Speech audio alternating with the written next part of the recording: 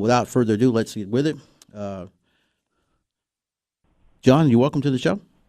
Hey, how you doing? What's going on? I can't complain, John. I can't complain. I'd like to thank you for joining us today. John, it's interesting looking at your bio here and looking at some of the things you've written as far as being an entrepreneur, writing for Inc. magazine, for Entrepreneur, for Business Insider. I've read all those, and I've read some of your things before. And, I really find you to be very intriguing as far as a writer is concerned. So, one thing Oh, that thank you. you spend a lot of time talking about is how you handle journalists, how you speak to journalists, and it is how do you do that? Because they're an interesting breed of people. Well, that's isn't that the question that just dominates most PR people's lives? I mean, it's or anybody who's starting a small business or has a company and wants to try and get themselves mentioned in a publication like that. It's definitely one of the big questions for sure. I think that the key thing is, or to give, there are probably several key things. One of them is to keep track of what's going on in the world today, and then to think back to your own value proposition is for your business and how that's related. So if there's something going on, like maybe the sexual harassment allegations for various people all around the country these days, and what a big controversy it is. Well, maybe you yourself have a business and you do sexual harassment training that helps prevent it, right? So maybe you do a really good job with that, and maybe you're an expert who can speak about it. So maybe that's something that you want to pitch a journalist. So that's one way to talk to a journalist right there, is to just keep in touch with what the latest news is and see how you can sort of apply yourself to that, and that might allow you to you know get mentioned by a journalist more easily. So that's one tip. There's a whole lot more I can tell, but any thoughts around that? Well, would you argue that a big part of that is being aware of obviously today's activities and wondering how your value proposition falls into the category of getting you heard, for lack of a better term? Because obviously, if you have a trending uh, topic that people are talking about, that helps you get heard. Would that be something you'd approach the journalist with also?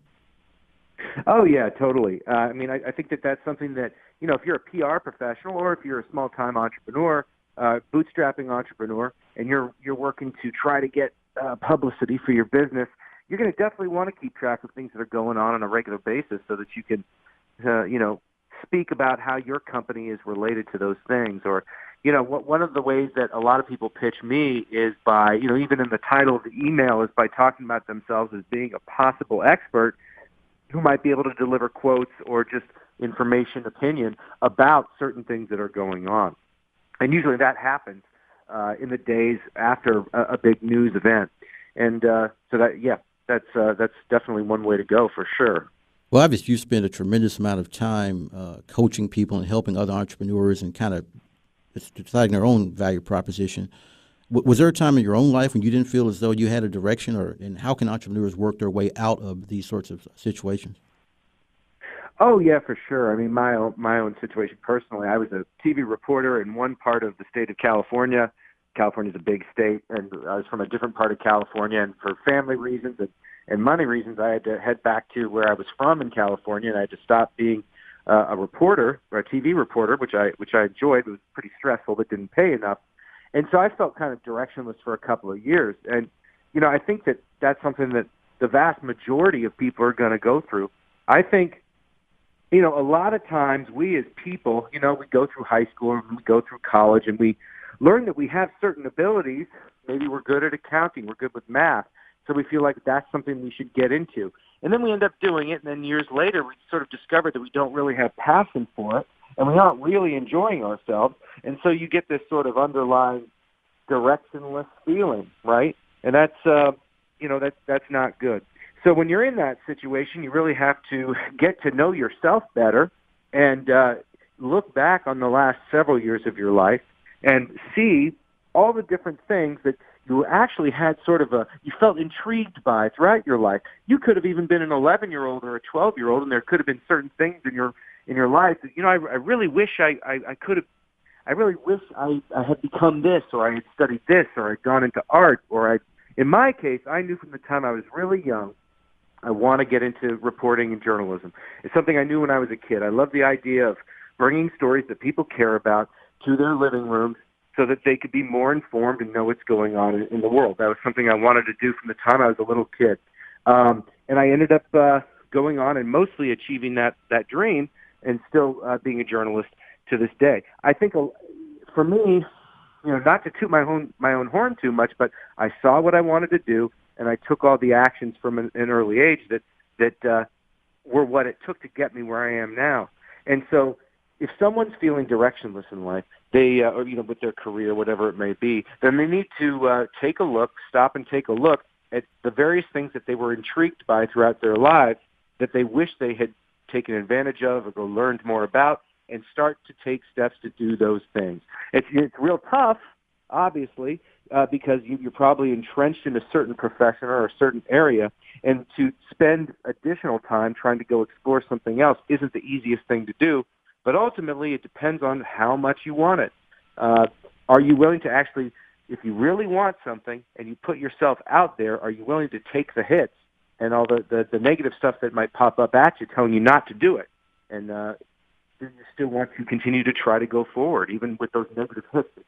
Well, John, having sat in that chair as a journalist, we were moving up against the deadline here for a couple of minutes. Concerned, what does it take to give journalists an effective story pitch and get them to believe in your story? And also, how do you pivot if you are in a situation where you mentioned your directions? What does it take to pivot to that next step and move in a direction that's much more positive of where you think you should be?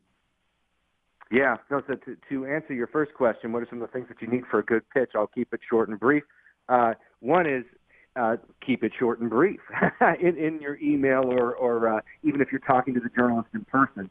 So that's number one. Keep it brief. Keep it to the basic facts. Link out to the main information you want to get to in the email, and apply it at the top as something that's going to interest them. If you want, you can mention that you saw previous stories that they did, and this one might be similar to that or related to that or in reference to that. So that's one thing you can do. The other thing I would say is you want to get to know journalists better. Be good at going to the various networking opportunities that exist in your community, whether that's Toastmasters or whether it's on Eventbrite, all the different events that take place there. You're eventually going to start to run into people and meet people, if you're social enough, that will connect you to journalists. Well, that's outstanding, John. We're about out of time.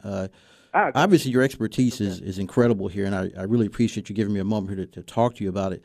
John, if people are interested in getting a hold of you and understanding what you do and how precise you are in doing it, how do they do that? Well, best way to get a hold of me is probably Twitter. I'm at J Boitnott on Twitter. It's at JBoitnott. Also, you can reach out to me through, by pitching me through Entrepreneur or Inc., those two magazines where I write regularly. Perfect.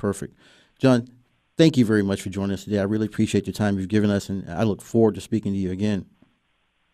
My pleasure. Looking forward to it. Thank you so much. Thank you. Thank you. And that section was brought to you by Tycon Partners. We'll be right back with the Private Equity Spotlight.